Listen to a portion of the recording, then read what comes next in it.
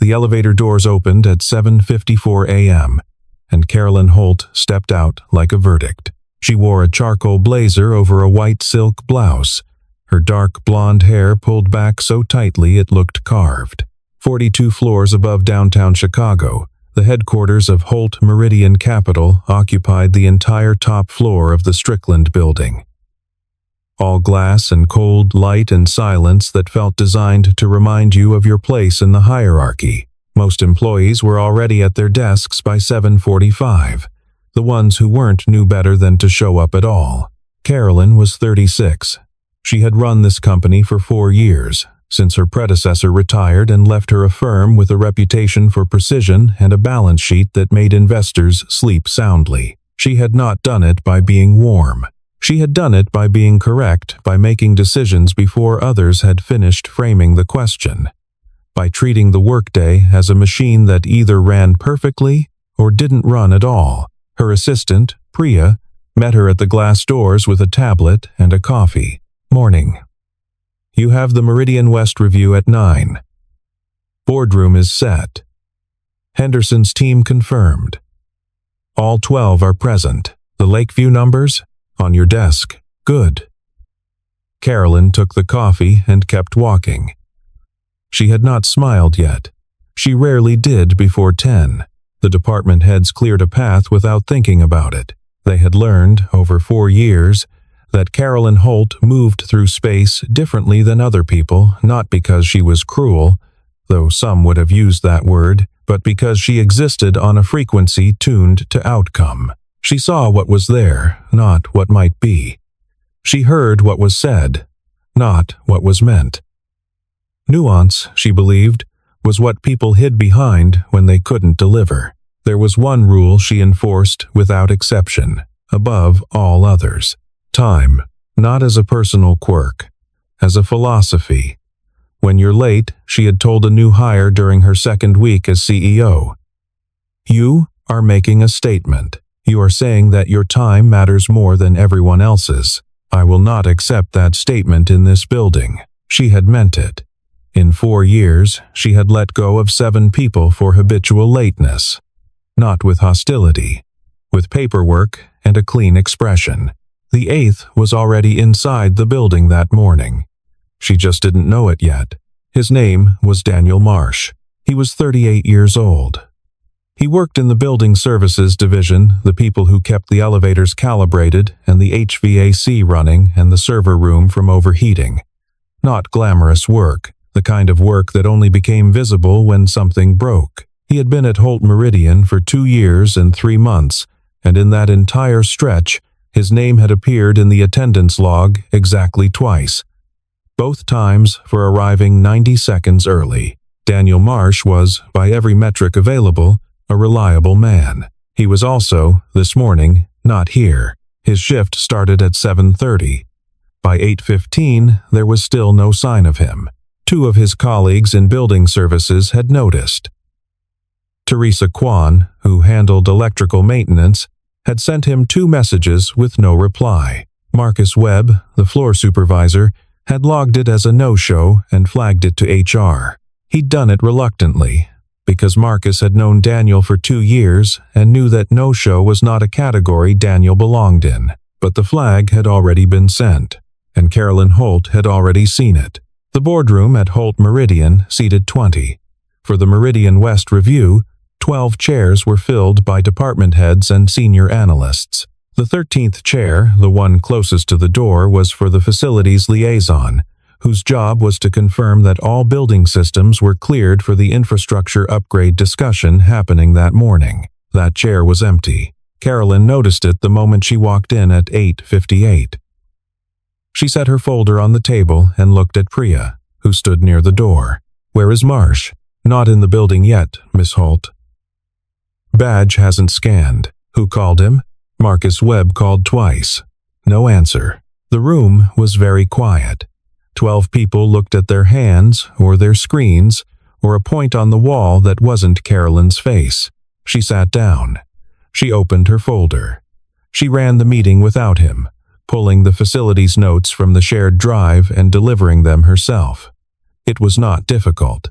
It was not even particularly inconvenient, but it was wrong, and Carolyn Holt felt wrongness the way other people felt temperature immediately, physically, before it could be reasoned away. By 9:45, the meeting was wrapping up. The door behind her opened. She did not turn around immediately. She waited until she'd finished the sentence she was speaking, then set down her pen with a deliberateness that the room recognized and turned. Daniel Marsh was standing in the doorway. He was wearing the same gray facilities uniform he always wore, but the left sleeve was damp, and there was a streak of dried mud along the side of one boot. His hair was wet at the temples, despite the morning being dry. He was breathing the way a man breathes when he has been moving fast for a long time and is trying not to show it. His jaw was set, his eyes were not afraid, and that was perhaps the strangest thing about the moment, because everyone in that room was a little afraid of what came next. He was not. "Mr. Marsh," Carolyn said. Her voice was level, not loud. "Miss Holt." He stepped inside the room. "I know I'm late. I'm sorry." That was it. No explanation. No preamble. No reaching into his pocket for a doctor's note or a traffic report or a phone showing 3 missed calls. Just, "I'm sorry." One of the analysts coughed. Someone shifted in their chair. Carolyn looked at him for a long moment. She thought, briefly, of asking for an explanation. She had done it before. For other employees, offered them the courtesy of a hearing. But something about the plainness of his apology, the absence of any attempt to explain himself, felt like a choice. Like he had decided not to bother, and she interpreted that as a different kind of disrespect. "You were scheduled for this meeting," she said. "Your input was required. You did not call ahead. You did not send a message. You did not make any arrangement for your absence." She paused. "This is not the first conversation I've had about time in this building." "No," he said. "I know. Then you understand what comes next." He didn't answer. "You're terminated, Mr. Marsh. Effective immediately. Priya will handle the paperwork." She looked back down at her folder. "Thank you for your service to the company." The room was absolutely silent. Not the comfortable silence of a concluded argument, the held-breath silence of a room full of people watching something and not being able to look away. Daniel Marsh stood there for 3 seconds. Then he nodded once, turned, and walked out. He didn't slam the door. He barely made a sound. He had a locker in the basement, a small gray metal one between the electrical panel and the emergency equipment cabinet, marked with a piece of masking tape that said Marsh in black marker.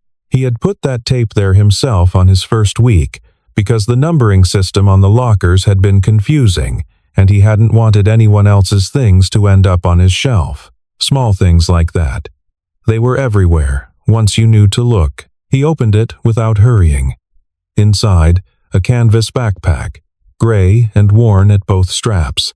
A change of shoes, a paperback, a small, framed photograph he'd kept in there since he started, not on his desk, because he didn't have a desk, but here, where he could see it before the shift started if he wanted to. The photograph was of a girl with his same dark eyes, maybe 6 or 7 in the picture, laughing at something off camera.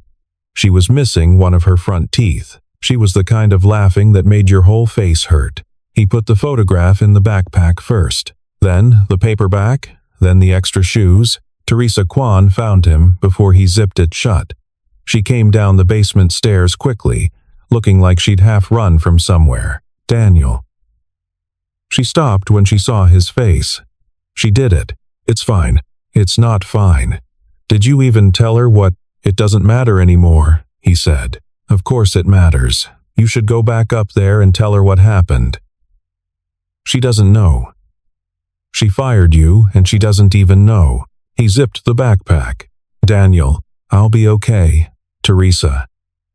He turned to look at her, and whatever she saw in his face made her stop arguing. Not defeat, not bitterness. Something quieter and more resolved than either of those things. "Tell Marcus I said thanks. He was good to work with. You can tell him yourself if you just go back up there and take care of yourself." He put the backpack over one shoulder, left arm only, she noticed. The right held slightly stiff, and walked to the stairs. At the bottom of the stairs, he paused. She thought he was going to turn around, say something else. He didn't. He kept walking. Upstairs, in the lobby, two of the junior analysts watched him push through the revolving door and disappear into the street. One of them said something low and dismissive to the other. The other laughed. Neither of them knew what they were laughing at. Carolyn was at her desk by 10:15, working through the Lakeview numbers with a red pen and the focus of someone trying to outrun a feeling she hadn't named yet. The feeling was small. She was practiced at keeping small feelings small. The numbers were straightforward. A yield discrepancy in the Q3 figures, addressable with a revised projection model. She was 3/4 through the annotations when her personal phone buzzed on the corner of her desk. She looked at the screen. Lily's school phone. Lily was 8. She called from the school landline once a week to check in, usually on Thursdays. Today was Tuesday. Carolyn's hand was already reaching for the phone before her mind had caught up. Lily? Breathing first. Fast and shallow. The kind of breathing that children do when they've been crying so hard they can't fully stop. Carolyn stood up. She didn't decide to. Her body did it. Lily, what happened? Are you okay? I'm okay. A breath. I'm at school now. Mrs. Partridge is sitting with me. But Mom, I need to tell you something. Tell me. This morning. When I was walking from the drop-off, you know how I walk down the side path because it's shorter? Carolyn closed her eyes for half a second. She had told Lily twice to use the main entrance. Lily preferred the side path. She had not pushed harder because the neighborhood was safe and the school was 2 blocks from their building. Yes, she said. I know the path. There was a man. He was, I don't know. He was just there. And he was looking at me weird. And then he started walking the same way I was walking, and he was getting closer. And I tried to walk faster, but Lily's voice broke. He grabbed my arm. Mom. He grabbed it really hard. The room went very still. And then, Lily said, and her voice had changed, quieter now. Something underneath the fear that Carolyn couldn't name immediately, something like awe. And then this other man came, out of nowhere. He was big, and he put himself between us. And the bad man tried to push him, and they were fighting, sort of. And the bad man hit him, and the man who helped me, he didn't go down.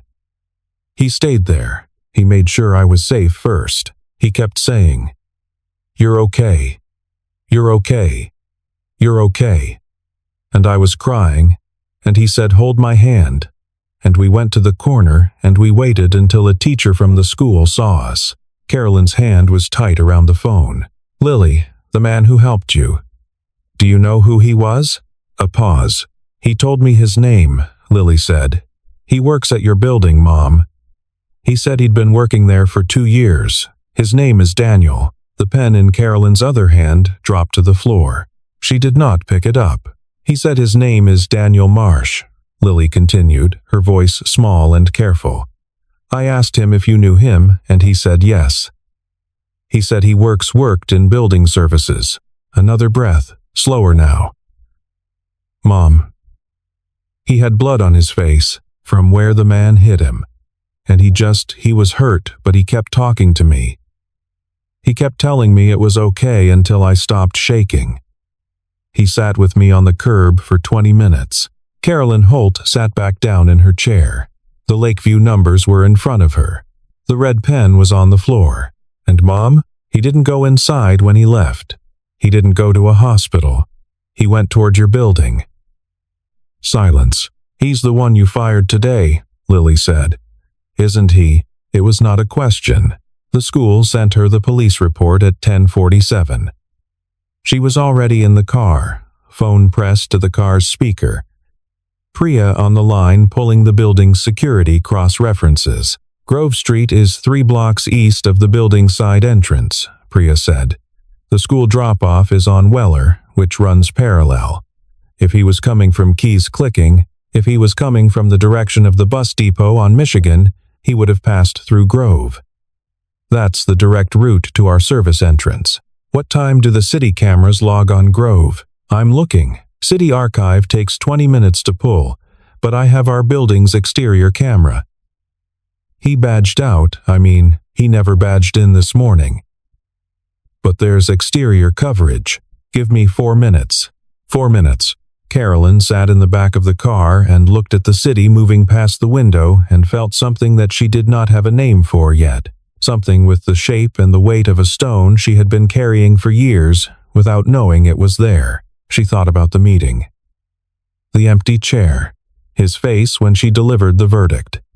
That particular stillness. She thought about what it would take for a man like Daniel Marsh, 2 years, not one absence.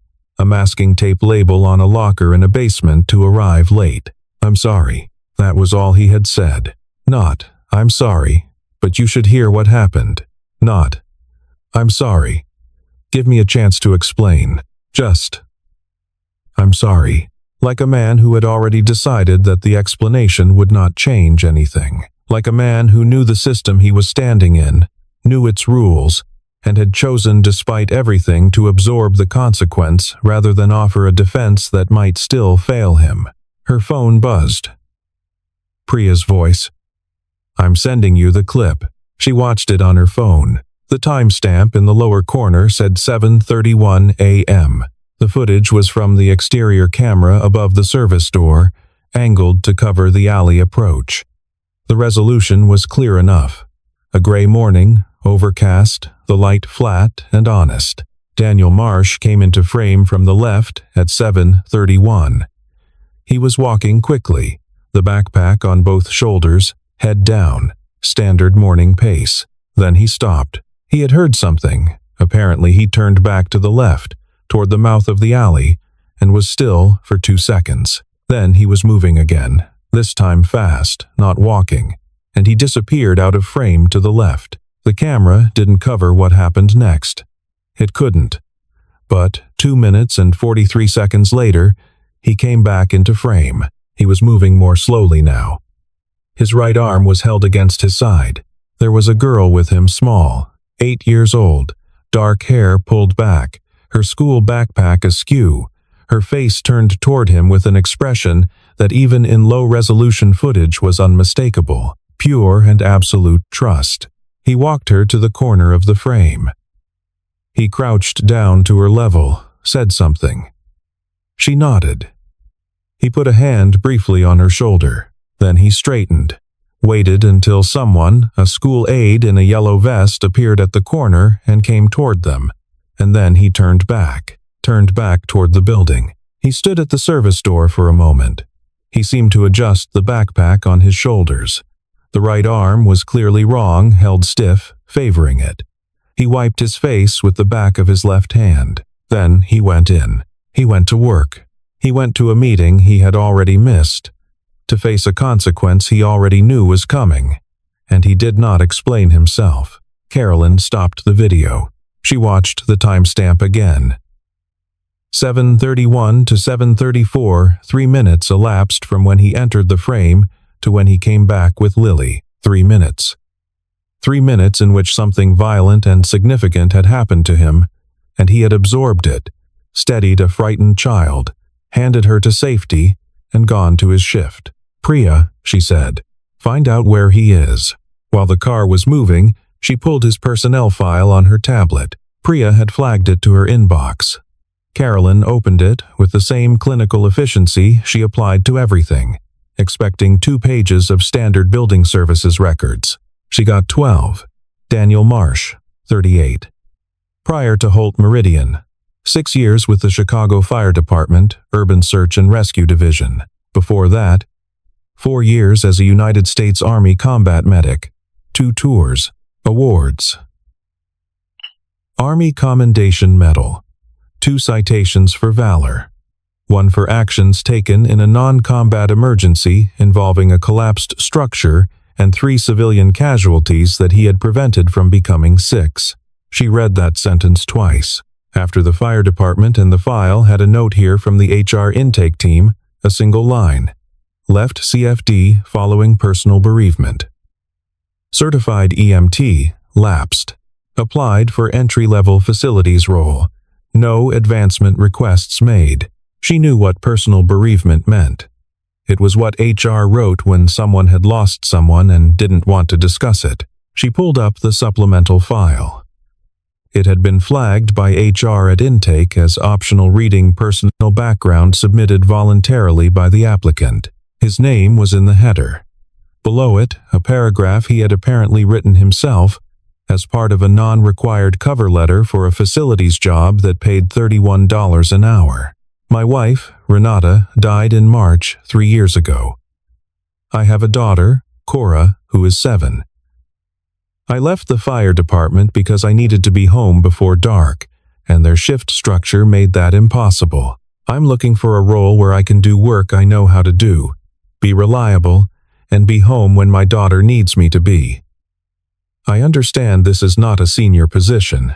That is what I'm looking for. Carolyn read it twice. Then a third time. She set the tablet on the seat beside her and looked out the window. The car was on Michigan Avenue.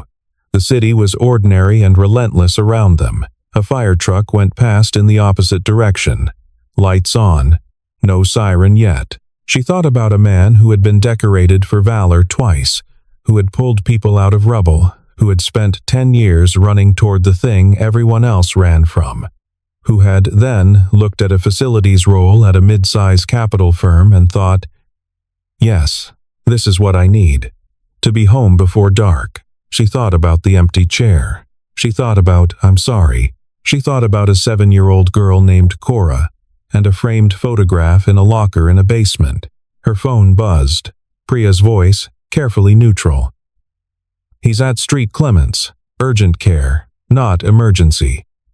He walked in on his own, about 40 minutes ago. Teresa Kwan called it in. She'd been tracking his phone's last known location. She said, a pause. She said she thought you'd want to know. Carolyn picked up her tablet. She looked at the file one more time, at the Army commendation, at the line about being home before dark, at the photograph she had never seen and would not see for another hour. Tell the driver, she said. The urgent care on West Division was small and clean and smelled like antiseptic and the particular anxiety of people waiting to hear something they didn't want to hear. A woman with a toddler in a carrier sat near the window. An older man was filling out a form with a hand that shook slightly. The television in the corner was showing a cooking program with the sound off. Carolyn Holt walked in wearing her charcoal blazer and her silk blouse, and the expression she typically wore going into difficult negotiations, and the woman at the front desk looked up and immediately understood that this was not a patient. I'm looking for a patient. Daniel Marsh. He would have come in about 40 minutes ago. I can't confirm patient information to. I'm his employer. She paused. Former employer. I need to speak with him. A beat of professional judgment from the woman at the desk. He's in Bay 3, she said. He said no visitors, but she looked at Carolyn's face. I'll let him know you're here. Carolyn sat in one of the chairs near the wall. She did not look at her phone.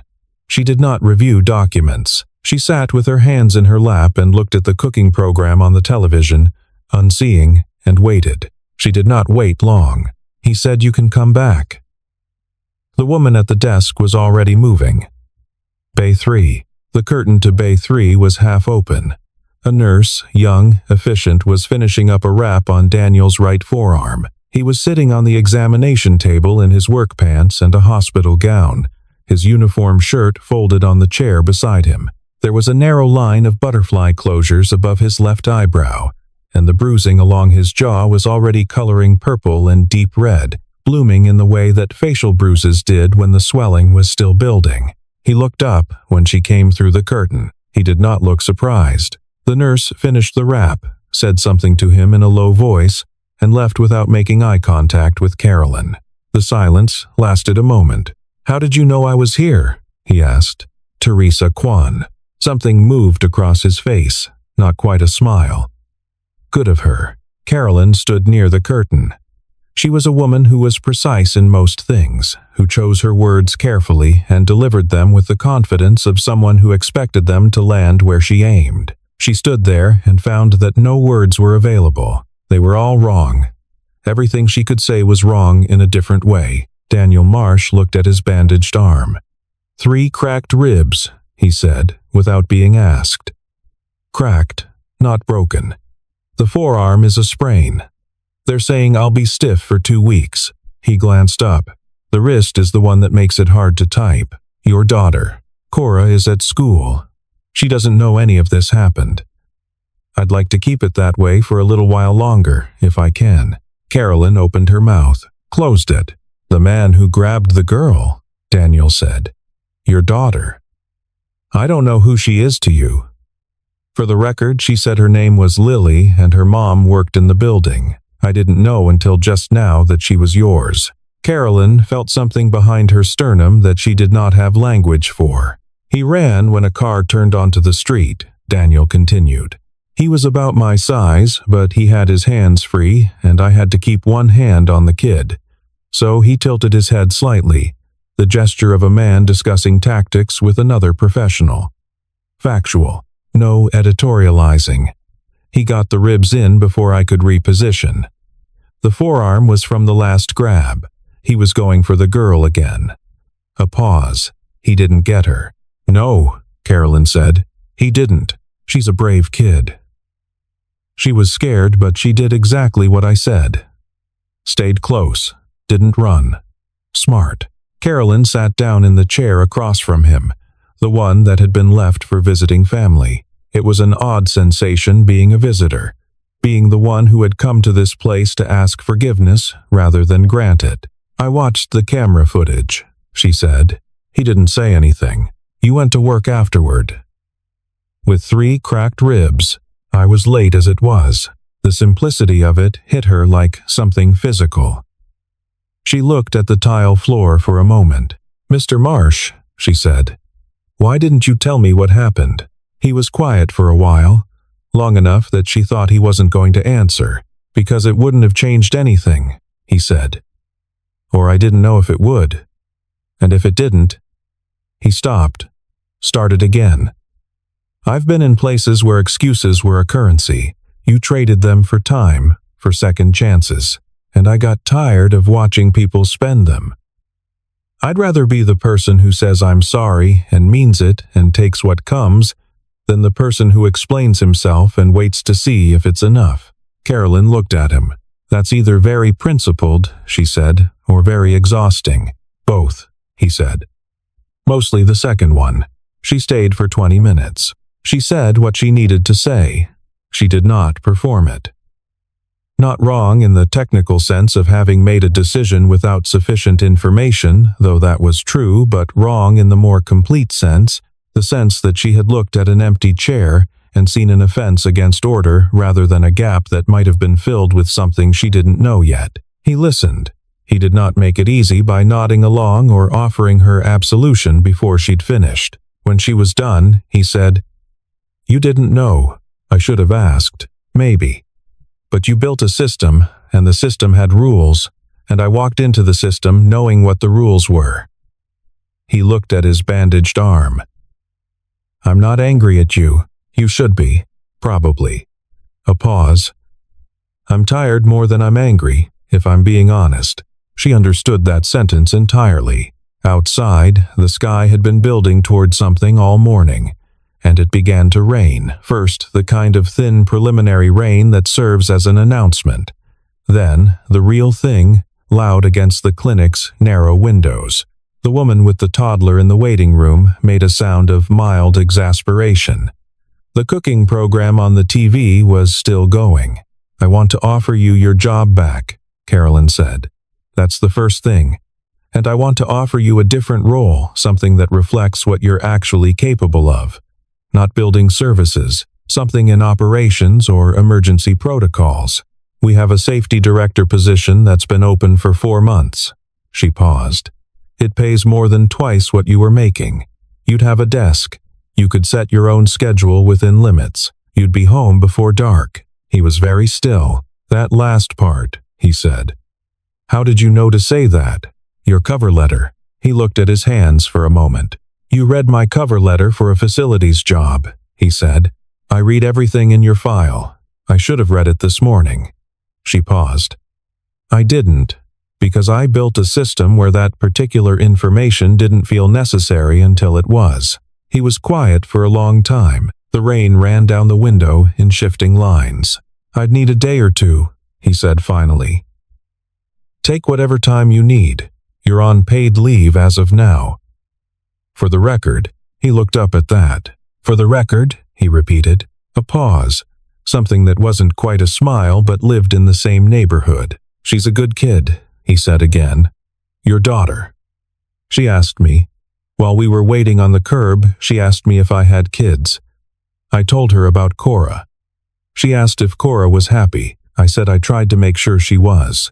She said. He stopped, and something in his face changed.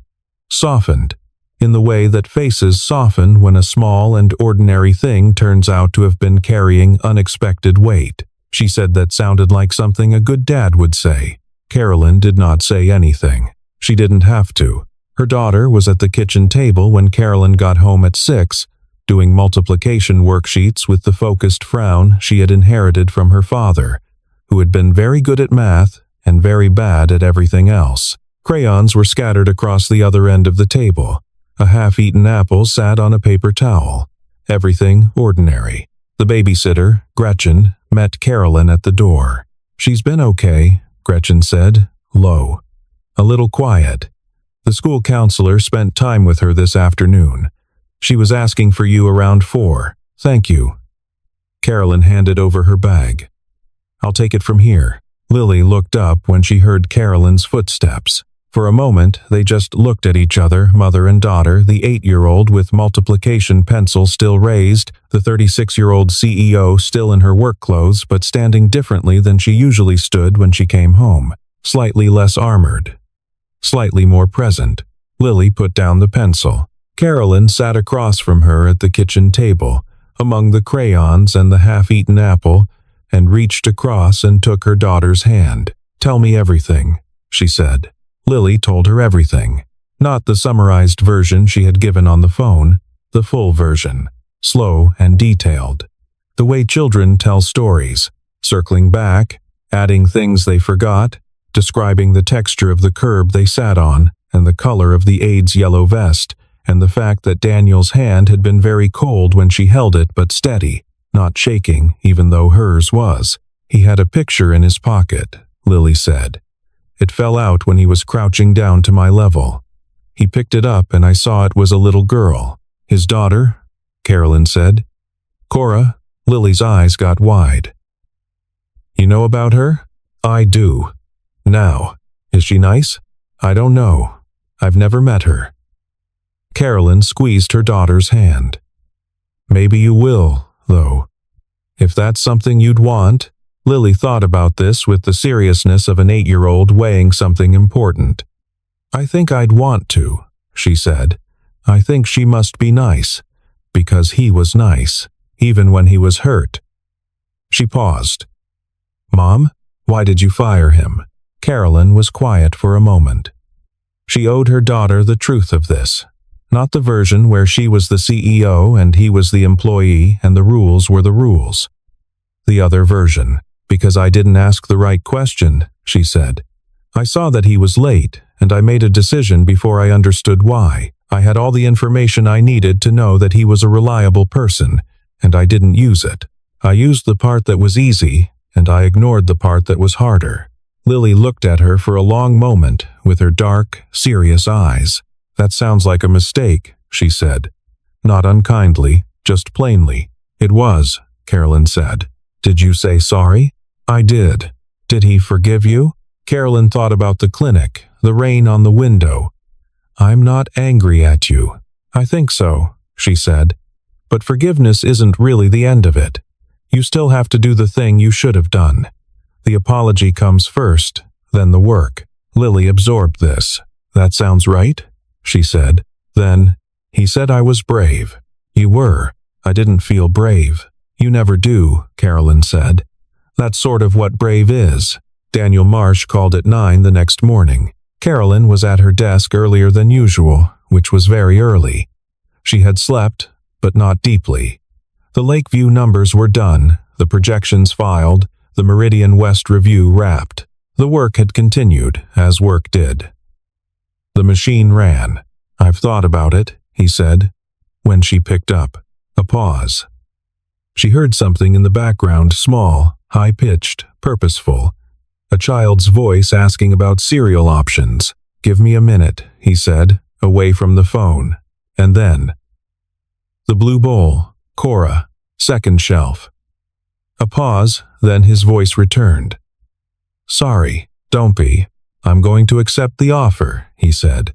"The safety director role. Tell me, I'm not coming back because you apologized. I'm coming back because it's a good job and it pays well and my daughter needs stability, and I've spent 2 years trying to rebuild something stable for her. That's the reason." A beat. The apology matters. I'm not dismissing it, but it's not what tipped the balance. Carolyn found that she respected this deeply. The precision of it. The refusal to let sentiment do the work that logic should do. "Understood," she said, "and I want it in writing, the schedule parameters. Home before 6, flexibility on school events. The standard coverage protocols apply for genuine emergencies, but the definition of emergency has to be reasonable. I'll have Priya draft it today." "Good." Another pause. The child's voice again, louder now. Something about whether the dog on the cereal box was a real dog or a cartoon dog. "It's a cartoon dog," Daniel said, away from the phone, with the patience of a man who has answered this question before. Carolyn almost smiled. "One more thing," she said. "I'd like to extend an invitation. Formally. My daughter asked if she could meet Cora. I want to be clear that there's no obligation, it's Lily asking, not me managing anything." She said. She paused. She said she thought Cora must be nice. Silence on the other end for a beat. "Why does she think that?" he asked. "Because of you." The silence was different now. "This weekend," he said finally. "Cora likes the park on Maple. The one with the wooden castle thing. I know it. Saturday morning. 9:30, if that works." "It works." He said goodbye with the same directness with which he did everything. The call lasted 4 minutes. Carolyn set the phone down and looked at the Chicago skyline through her office's floor-to-ceiling window, gray and bright in the way it was on clear, cold mornings, and thought about the particular arithmetic of how much you could miss when you were only looking at what was in front of you. She thought about an empty chair at a boardroom table. She thought about a masking tape label in a basement locker. She thought about a man who had held a frightened child's cold hand on a wet curb and kept saying "you're okay" until it was true, and then had gone to work. She thought about what it cost to be that kind of person, and how little she had understood of it when she was in the room making decisions. Saturday was cold and bright. The particular clarity that October brought to Chicago air so clean it almost hurt. The lake throwing light all the way across the city. The park on Maple had a wooden castle structure near the south end, painted red and green, worn smooth at the handrails from years of small hands. A tire swing, a sandpit that was mostly used in warmer months. On October mornings it attracted a specific type of visitor. Parents who had been indoors for 3 days, and children who could not be contained any longer. Carolyn arrived at 9:28. Lily walked beside her at a pace that was technically casual and actually quite urgent. Daniel and Cora were already there. Cora was 9, she had turned 9 2 weeks ago. Carolyn learned later, with her father's dark eyes and a green winter coat, and the particular fearlessness of a child who had been raised by someone who faced things directly. She was at the top of the castle structure when they arrived, surveying the park from the highest platform with the expression of a general satisfied with the terrain. Daniel was standing below, one hand on the rail, watching. He had color in his face that he hadn't had at the clinic. The bruising on his jaw was yellowing at the edges, starting to fade. He was wearing a dark jacket and the same boots with the scuffed toes. and when he turned and saw them coming across the grass, his expression was something that Carolyn was not sure she had ever aimed at anyone, and which she therefore did not immediately recognize. It was simple openness, nothing guarded in it. Lily was already pulling slightly ahead. Cora came down the castle ladder 2 rungs at a time, which was inadvisable, and landed on both feet at the bottom with a thud that would have alarmed most parents and did not alarm Daniel at all. The 2 girls looked at each other. Children operated on a frequency that adults had mostly forgotten, a quick and instinctive calculus of interest and compatibility that bypassed entirely the slow machinery of adult judgment. Cora said, "Do you want to go on the tire swing? I can push you really high." Lily said, "Okay." But then I push you, and they ran. Carolyn and Daniel stood 20 feet apart and watched their daughters climb over each other at the tire swing with the complete unself-consciousness of children who had decided the other was acceptable. Daniel came to stand beside her. "She was at the top of that castle for 20 minutes before you got here," he said. "She says she's mapping the park. She has a notebook." Carolyn looked. Cora did, in fact, have a small notebook tucked under one arm. "Lily records license plates," Carolyn said. "She has a system. She's trying to find 2 cars with consecutive numbers." A small silence, not uncomfortable. "How are the ribs?" she asked. "Fine. Better." A pause. "I start Monday. Priya sent the paperwork Friday. She's efficient. She said to tell you the Lakeview secondary projections came in 6% above forecast." Carolyn looked at him. "You talked to Priya about work projections?" "She called to confirm my badge protocol and mentioned it. She seemed pleased. She would be." Carolyn looked back at the girls, who were now both on the tire swing somehow, which did not seem structurally advisable. "Priya is efficient and also mildly terrifying." "I noticed," he said. "I think we'll get along well." Lily was laughing. The sound of it carried across the park, that particular frequency of uncomplicated delight that 8-year-olds had access to in a way adults mostly didn't. Cora was laughing too. Carolyn watched them and felt something loosen in her chest that had been tight for a long time. Not all the way, not suddenly, but the beginning of loosening, the first crack in a structure she'd spent years reinforcing without examining whether it still needed to be so strong. "She called you a hero," Carolyn said. Lily, on the phone, when she was describing what happened. Daniel was quiet for a moment. She was scared. People use that word when they're scared. She uses it now when she's not scared too. Carolyn looked at him. She uses it the way she uses words she means. He looked at the girls on the swing. "I just did what was in front of me," he said. "What needed doing."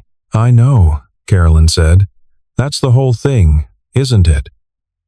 Knowing what needs doing and doing it without waiting to be acknowledged for it." A pause. "I'm still learning that one," she said. It was, for Carolyn Holt, an unusual admission. She knew it. She made it anyway. Daniel looked at her, and his expression had that same quality she'd noticed at the clinic, that simple openness, unhurried. Nothing performed about it, and then he looked back at his daughter, who had now claimed the entire tire swing, and was spinning slowly with her notebook open, and her green coat bright against the gray and gold of the October park. "Cora," he called. She looked up. "What's the reconnaissance report?" Cora consulted her notebook with great seriousness. 2 squirrels on the north bench. 1 dog, medium-sized, probably a lab. The path behind the castle is muddy, but passable. She looked up. "Conditions are good. Good to know," he said. "Yeah. Can Lily stay for lunch after?" He looked at Carolyn. Carolyn looked back. "I don't see why not," she said. Cora returned to her notebook. Lily had acquired a stick from somewhere and was using it to investigate a particularly interesting piece of bark near the castle base. The tire swing moved slowly in the cold, bright air. It was, Carolyn thought, a very ordinary Saturday. The most ordinary possible Saturday. Grass and cold air and children and coffee cooling in a paper cup and the sounds of a park doing what parks do on October mornings. She had almost made it impossible. She was here now,